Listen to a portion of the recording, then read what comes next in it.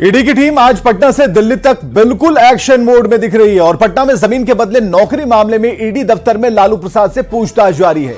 लालू प्रसाद से 4 घंटे से ईडी पूछताछ कर रही है और सूत्र बता रहे हैं कि ईडी की टीम करीब 50 सवालों के जवाब लालू प्रसाद से लेगी। और आज ईडी दफ्तर जब लालू प्रसाद पहुंचे तो कार्यकर्ताओं ने नारेबाजी करनी शुरू कर दी। ईडी कार्यालय की सुरक्षा बढ़ा दी गई है और वहीं लालू प्रसाद से ईडी की पूछताछ के बाद बिहार की सियासत भी सुलझ चुकी है। तो लैंड फॉर जॉब घोटाले में कौन कौन है, किन्हें आरोपी बनाया गया? तो लालू फैमिली से लालू प्रसाद खुद हैं, तेजस्वी यादव हैं, राबड़ी देवी हैं, मीसा भारती हैं और हेमा यादव हैं। और ईडी बारी बारी से इन लोगों से पूछताछ करेगी। हालांकि सूत्र यह बता रहे हैं कि 50 सवाल जो हैं वो लालू के समक्ष रखे गए हैं कि इन 50 सवालों का आप उत्तर दें। 4 घंटे बीत चुके हैं और कितने घंटे लगेंगे ये देखना होगा। और पल पल की रिपोर्ट हम आपको दिखा रहे हैं, तस्वीरों के जरिए बता रहे हैं। और लैंड फॉर जॉब घोटाले में कौन कौन आरोपी बनाए गए हैं, चलिए अभी जो खबर आ रही है एक और अपडेट हम आपको बताएं कि 50 सवालों का जिक्र तो किया जा रहा है कि लालू प्रसाद के सामने रखा गया है, लेकिन 40 सवाल पूछ लिए गए हैं, यानी 10 सवाल अभी और बचे हैं। तो मान के चलिए कि 10 सवालों का प्रश्न और उत्तर देते देते थोड़ा वक्त जरूर लगेगा। और हमने इसीलिए कहा कि स्क्रीन पर आप बने रहिए। और जो लालू फैमिली से जो आरोपी बनाए गए हैं उनमें लालू प्रसाद हैं, राबड़ी देवी हैं, मीसा भारती हैं, तेजस्वी यादव हैं और हेमा है। तो पूरी तरह से कुल 5 लोगों को आरोपी बनाया गया है। लैंड फॉर जॉब मामला क्या है ये भी आप देख पा रहे हैं। लालू प्रसाद के परिवार समेत अन्य लोगों पर आरोप है। अभ्यर्थियों से जमीन लेकर नौकरी देने का आरोप है। तो इस मामले में पूछताछ हो रही है और लालू परिवार के खिलाफ जमीन रजिस्ट्री का आरोप है। अच्छा, इसमें कोई नई बात नहीं है। जब उनको लगता है कि अब बस भेज दो उनके परिवार को, लालू जी को उनको भेज दो समन, तो वो भेज देते हैं। और सिर्फ हमारा ही परिवार नहीं, अब तो आप देश में देख रहे होंगे जितने भी उनको लगता है कि ये विपक्ष में है तो उनके साथ आ नहीं रहे हैं, उनको ये समन भेज दिया जाता है, उनको ये ग्रीटिंग कार्ड भेज दिया जाता है। और हमारा परिवार, खास करके हमारा परिवार, जब भी कोई भी एजेंसी हो, चाहे वो सीबीआई हो, चाहे ईडी हो, चाहे इनकम टैक्स हो, जब भी बुलाती है हम लोग वहाँ जाते हैं और उनके प्रश्नों का पूरी तरह से सहयोग करते हैं और उनको जवाब देते हैं। जहां जहां ईडी ने कार्रवाई की, लोग जेल में गए कि नहीं गए? आप लूटेंगे तो जेल जाएंगे, तो आप लूटेंगे भी और चाहेंगे कार्रवाई नहीं हो, तो नरेंद्र मोदी की सरकार तो ईमानदारी में बहुत कड़ी है ना, जानते हैं आप ना। तो ईडी किस मामले में सवाल करेगी या करती, इसका जवाब नहीं है, सिर्फ प्रताड़ित की बात करती है। आपने नौकरी के बदले जमीन ली क्या, जवाब इसका देना है ना, इसका जवाब नहीं देंगे। अपने समाज के लोगों से भी जमीन ली तो जवाब इसका देना पड़ेगा, इसका जवाब तो नहीं है, तो ईडी सवाल तो पूछेगी ना। केंद्र में बैठी बीजेपी की सरकार ने जिस तरह से जांच एजेंसियों का दुरुपयोग सारे देश के विपक्ष के नेताओं के साथ किया है, ये सबको पता है, सर्वविदित है। तो लड़ाई जांच एजेंसियों से नहीं, भाजपाइयों से है। और हम हर एक चीज का जवाब देंगे। जो विरोधी राजनीतिक लड़ाई नहीं लड़ पा रहे भाजपाई, तो वो भेज दे रहे आईटी, ईडी, सीबीआई। कब तक जुल्म करेंगे सत्ता के हथियारों से? चप्पा चप्पा गूंज रहा है तेजस्वी यादव जी के, लालू प्रसाद जी के नारों से और कामों से। और अमित हमारे साथ जुड़ चुके हैं। अमित, कुल 40 प्रश्नों का जवाब देना है, क्या खबर है? पूरे उत्तर दिए जा रहे हैं लालू प्रसाद की तरफ से, क्या हाना में जवाब मिल रहा है, क्या खबर है भीतर खाने से? देखिए, भीतर खाने से जो विवेक जानकारी मिली है कि लगभग 50 से अधिक सवाल की फहरिस्त जो है वो लेकर के ईडी के अधिकारी आए थे दिल्ली से। और यहाँ पे पूछताछ करने के लिए जो कार्रवाई है वो तकरीबन 11:20 पे शुरू हुई। और उस समय से लगातार जो है ईडी के अधिकारियों के द्वारा जो है वो सवाल जवाब किए जा रहे हैं। लगभग 40 क्वेश्चन जो है उनको लिया गया है लालू प्रसाद से। और जो सवाल पूछे गए हैं उनमें एक सवाल ये भी है कि आप लैंड फॉर जॉब मामला जो है इसका कॉन्सेप्ट कैसे आया।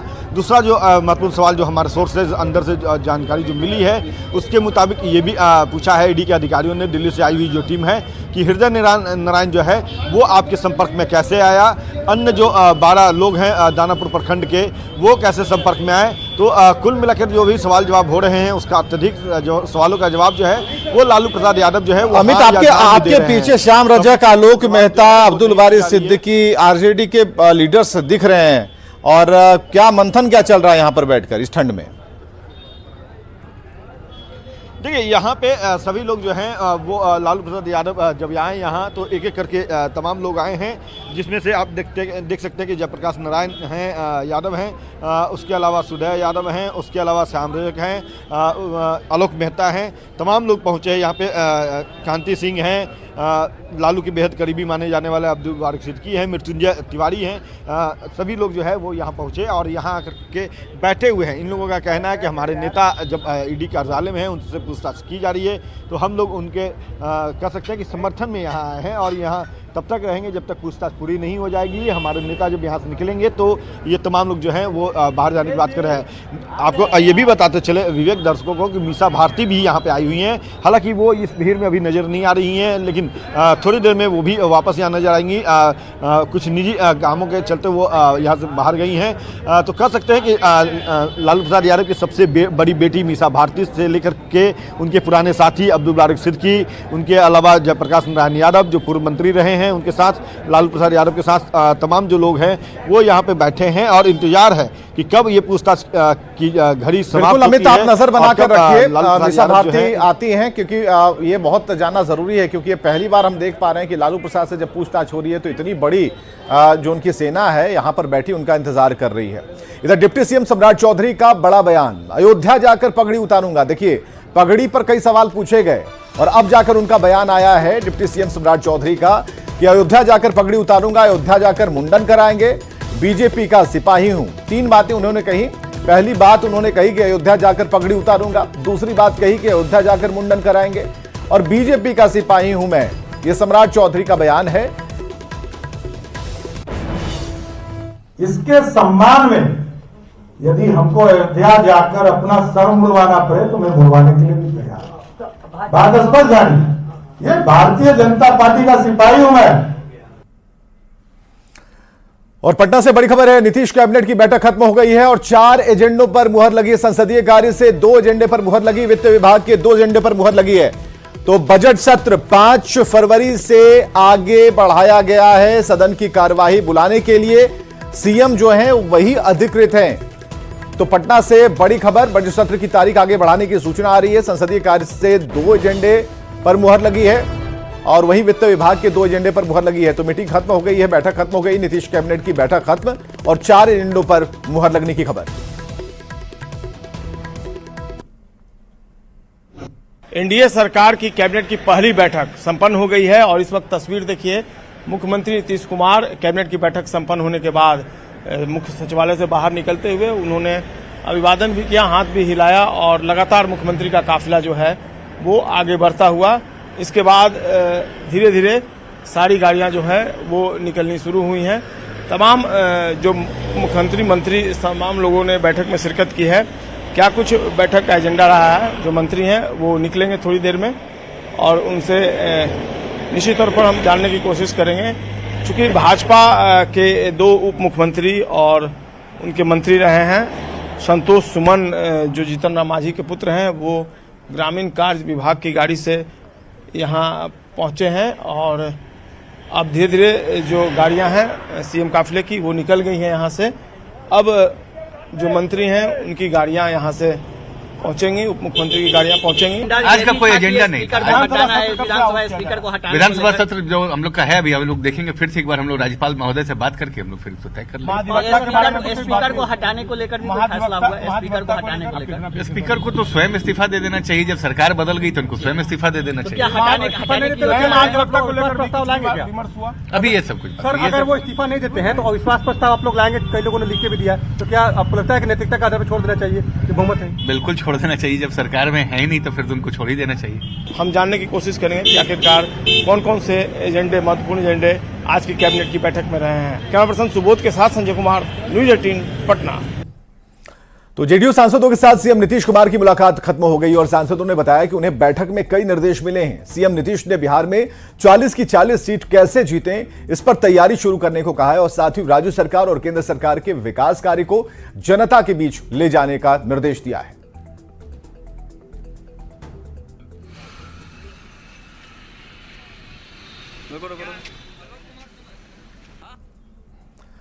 तो एनडीए के साथ आने के बाद नीतीश कुमार ने जेडीयू सांसदों के साथ अहम बैठक की और बैठक में जाने से पहले जेडीयू सांसदों ने कहा कि वो संसद सत्र में बिहार को विशेष राज्य के दर्जे की मांग उठाएंगे। जेडीयू सांसदों ने उम्मीद जताई कि बिहार को उसका हक मिलेगा। को विशेष राज्य के दर्जा के लिए तो हम लोग कई बार पार्लियामेंट में उठाए, यहाँ से लेकर दिल्ली तक इसके लिए हम लोग धरना आंदोलन प्रदर्शन किए हैं और हमेशा हमारा मांग रहा है और आज भी मांग रहे हैं। अब आप लोग विशेष राज्य के दर्जे की मांग करते रहे, अब इंडिया करेंगे, अब इंडिया की सरकार के साथ आ गए हैं तो आप लोग भी जब इंडिया के साथ करते थे आगे भी करते रहेंगे इस मांग को। आप लोग मुख्यमंत्री से मिल रहे हैं, विशेष राज्य के दर्जे की डिमांड आप लोग करते थे, अब तो बीजेपी के साथ वो तो करते ही रहेंगे। माननीय मुख्यमंत्री जी तो 13 ईस्वी से कर रहे हैं, लेकिन अभी हम लोग शुभकामना देने जा रहे हैं, फिर बाद में मिलता हूँ आपसे। बहुत बहुत धन्यवाद आपको। तो मतलब आप डिमांड आप लोग कर रहेगा, आप लोग डिमांड रहेगा। हमारे नेता नीतीश कुमार जी हैं, वो विशेष राज्य का दर्जा कायम रहेगा, ऐसा थोड़े कि हम नहीं मांग करेंगे। हम लोग इंडिया गठबंधन में थे भी तो मांग कर रहे थे। हमारा पार्लियामेंट का देख लीजिए, एक बार नहीं 3-3, 4-4 बार मांग। और दिल्ली से बड़ी खबर आ रही है, राज्यसभा चुनाव के लिए शेड्यूल जारी किया गया है। बिहार की 6 राज्यसभा सीटों पर चुनाव होने हैं। 8 फरवरी को नोटिफिकेशन जारी होगा। बड़ी खबर इस वक्त की, राज्यसभा चुनाव के लिए शेड्यूल जारी। बिहार की 6 राज्यसभा सीटों पर चुनाव होगा। 8 फरवरी को नोटिफिकेशन जारी होगा और 15 फरवरी तक नामांकन, वहीं 27 फरवरी को मतदान होगा। तो अप्रैल में खत्म हो रहा है बिहार के 6 राज्यसभा सांसदों का कार्यकाल। आरजेडी के सांसद मनोज झा, अशफाक करीम का कार्यकाल खत्म होगा। जेडीयू के अनिल प्रसाद हेगड़े और वशिष्ठ नारायण सिंह का कार्यकाल खत्म होगा। बीजेपी के सुशील कुमार मोदी और कांग्रेस के अखिलेश प्रसाद सिंह का कार्यकाल खत्म हो रहा है। तो कुल 6 सीटें हैं और अप्रैल में खत्म हो रहा है इनका कार्यकाल। तो जो अभी इस वक्त की बड़ी खबर आ रही है राज्यसभा चुनाव से जुड़ी हुई कि जो राज्यसभा सांसदों का कार्यकाल है वो समाप्त हो रहा है और ऐसे में जो सूचना है उसके मुताबिक 6 राज्यसभा सीटों पर चुनाव होगा। 8 फरवरी को नोटिफिकेशन, 15 फरवरी को नामांकन और 27 फरवरी को मतदान।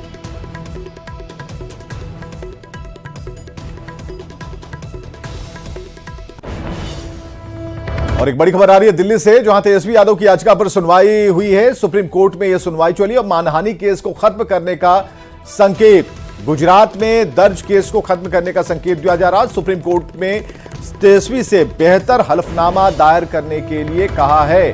सुप्रीम कोर्ट में दाखिल हलफनामे में तेजस्वी को यह लिखना है कि उन्हें गुजरातियों को ठग बताने वाले बयान पर खेद है और वो इसे वापस ले रहे हैं और इस हफ्ते बाद फिर सुनवाई होगी।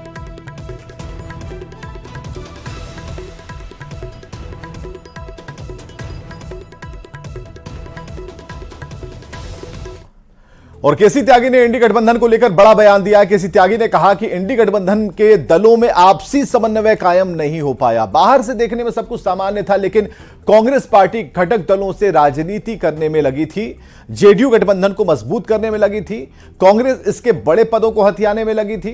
केसी त्यागी ने कहा कि राहुल गांधी खुद कह चुके हैं कि क्षेत्रीय दलों की विचारधारा नहीं होती है, कायम नहीं हो पाया। बाहर से दिखने पे सब सामान्य था। कांग्रेस पार्टी घटक दलों के साथ राजनीति करने पे लगी हुई थी, हम इसको मजबूत करने में लगे थे और वो इसके बड़े पदों को हथियाने में लगे हुए थे। यूं भी ये जो घटक दल हैं ये कांग्रेस पार्टी से लड़कर के ही अस्तित्व में आए हैं, लिहाजा कांग्रेस पार्टी इनको कमजोर भी करना चाहती थी और एक अवसर पर राहुल गांधी कह भी चुके थे कि क्षेत्रीय दलों की कोई विचारधारा नहीं होती। और केंद्रीय गृह राज्य मंत्री नित्यानंद राय ने कहा कि बिहार में एनडीए की सरकार में अपराध पर अंकुश लगेगा, जो भी अपराधी होंगे उन पर कानूनी कार्रवाई की जाएगी। हालांकि मंत्रिमंडल विस्तार और गृह मंत्रालय का विभाग किसे मिले, इस पर उन्होंने चुप्पी साध ली। सरकार की नीति है विकास को गति देना। जो आरजेडी के तांडव के कारण और उनके नेताओं के कारण जो आरजेडी को संरक्षण मिल रहा था, जिससे विधि व्यवस्था चौपट हो गई थी, उस विधि व्यवस्था को चुस्त दुरुस्त करना, बिहार के विकास के लिए काम करना, बिहार के लोगों के हित और न्याय के लिए काम करना। मंत्रिमंडल विस्तार और आगे कब तक होने की उम्मीद है? और गृह विभाग को लेकर के भी कहा जा रहा था कि बीजेपी की ओर से डिमांड किया जा रहा है कि गृह विभाग मिले। मंत्रिमंडल का विस्तार जल्दी होगा।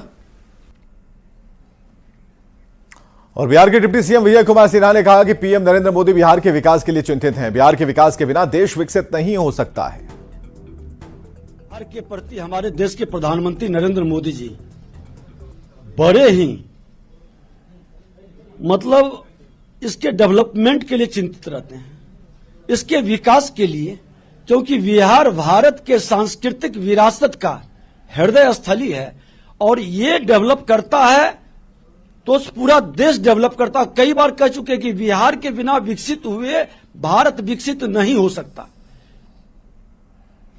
30 जनवरी को पूर्णिया में राहुल गांधी की भारत जोड़ो यात्रा होनी है और इसे लेकर पूरा पूर्णिया बैनर और पोस्टर से फटा है। कांग्रेस के जिलाध्यक्ष नीरज कुमार और छोटू सिंह ने कहा कि राहुल गांधी सुबह 10 बजे अररिया से पूर्णिया आएंगे, जहां वे सबसे पहले गुलाब बाग 0 माइल के पास किसानों से मिलेंगे। राहुल गांधी भारत जोड़ो न्याय यात्रा के दौरान कल पूर्णिया पहुंच रहे हैं और इसको लेकर पूरी तैयारी की जा रही है। और आप देख सकते हैं कि यहाँ पर झंडा, बैनर और ये सब बन रहा है और सब जगह झंडा बैनर लगाया जा रहा है। पूरे शहर में बैनर लगाया गया है। रंगभूमि मैदान में बड़ा सा मंच बना है। हमारे साथ कांग्रेस के जिलाध्यक्ष हैं नीरज कुमार उर्फ छोटू सिंह। आइए इनसे बात करते हैं। राहुल गांधी कल आ रहे हैं यहाँ पे, किस तरह की हमारे नेता जो राहुल गांधी जी आ रहे हैं बिहार के दौरा में, पूर्णिया के सीमा से लोगों का राहुल जी के प्रति जो प्यार मिल रहा है, हमको लग रहा है कि ऐसा ऐतिहासिक प्रोग्राम होगा जो लोगों का हुजूम नेता को देखने और सुनने के लिए काफी मात्रा में लोग आ रहे हैं और पूर्णिया रंगभूमि मैदान पूरा पटा रहेगा। शहर पूरा जम के भीड़ से अफराद भीड़ होने की संभावना। कितने बजे पहुंचेंगे? हमारे नेता राहुल जी 10 बजे पूर्णिया बॉर्डर पर आ जाएंगे और 12 बजे प्रोग्राम रंगभूमि मैदान में चालू हो जाएगा। इससे पहले किसानों से भी मिलने की, किसान से 0 माइल से पहले एक पॉइंट दिया गया है जो किसान का जो मूल रूप से जो समस्या है, मखान का दाम हो कि मखाना का हो या मकई हो या धान की, जो फसल को उचित मुआवजा नहीं मिलता है, किसानों को जो ठगने का काम कर रहे हैं हमारे नरेंद्र मोदी जी, उनको यह सब समस्याओं से अवगत हमारे नेता होंगे। कौन कौन बड़े नेता आ रहे हैं? हमारे राष्ट्रीय अध्यक्ष जी आ रहे हैं और बड़ी सभी लोग आ रहे हैं। मुख्यमंत्री जी लोग भी आ रहे हैं। केशव वेणुगोपाल जी हैं। प्रदेश के हमारे अखिलेश प्रसाद सिंह के नेतृत्व में सब लोग बिहार में चल रहे हैं। इंडिया गठबंधन से कौन? इंडिया गठबंधन के हमारे सीपीएम, माले, सीपीआई के सभी वरिष्ठ लोग, सेंट्रल के लोग, सब लोग हमारे प्रोग्राम में आ रहे हैं। राजद के भी लोग यहाँ पूरा तन मन से लगे हुए हैं। राजद के भी सारे लोग लालू जी के आह्वान पर हम लोग के प्रोग्राम में भिड़े हुए हैं। तो राहुल गांधी कल पूर्णिया पहुंच रहे हैं और उनकी रंगभूमि मैदान में उनकी न्याय यात्रा होगी। कांग्रेस का कहना है कि इसमें अपार भीड़ होगी और इसको लेकर तैयारी पूरी है। राहुल गांधी किसानों से भी मिलेंगे, उनकी समस्याओं को जानेंगे। इसके अलावा रंगभूमि मैदान में बड़ा सा जनसभा को संबोधित करेंगे। कुमार प्रवीण, न्यूज़ 18 पूर्णिया। और आइए देखते हैं इस वक्त की हेडलाइंस।